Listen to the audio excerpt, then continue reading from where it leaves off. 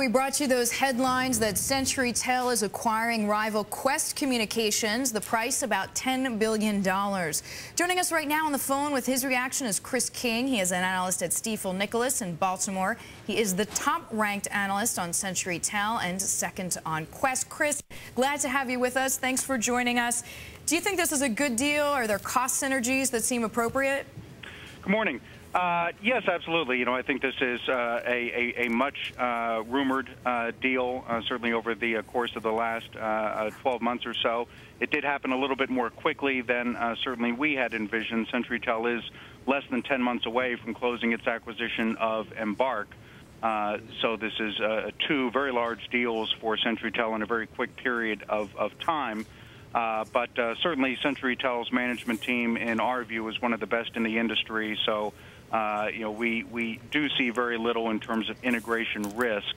Certainly these are two companies with generally declining top-line businesses. We certainly do not expect that to change. But both companies are significant free cash flow generating machines and should continue to be for quite some time. We don't want to underplay it, though, because, I mean, this is the biggest deal as far as U.S. telecom goes since the Alltel Verizon combination back in 2008. So, I mean, this is a pretty significant move.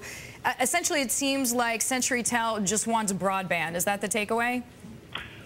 Certainly this helps them in that regard. I think one of the prime assets here is actually Qwest's global long-haul assets, which you know, certainly allows CenturyTel to play the game at a little bit of a different level, going up against the Verizon and AT&Ts of the world, at least in terms of their enterprise business. Still certainly going to be subscale to those guys, but certainly some very exciting assets here. And yes, this is certainly a large deal. I mean, Qwest is one of the original baby bells back to the U.S.-West days. So, and Chris, just last question here on CenturyTel. I mean, no worries about how they're going to finance this. As you said, this deal happened sooner than expected, and this is the second one they've bitten off.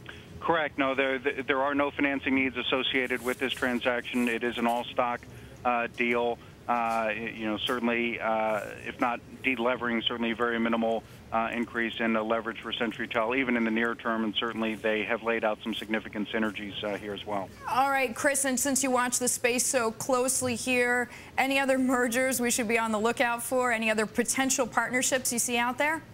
Yeah, you know, I think it's challenging, certainly on the wireline side, to come up with any. You have Frontier, which is still trying to close its acquisition of a little over 4 million Verizon access lines, which we do expect to close at some point within the next several months. You're really down to three large independent RLECs at this point: CenturyTel, Windstream, and Frontier. Don't necessarily see any near-term M&A activity among those three, although you certainly still have a lot of smaller carriers out there that could get gobbled up over time. Chris, thanks so much. Appreciate the insight. Chris King, analyst at Stifel Nicolaus.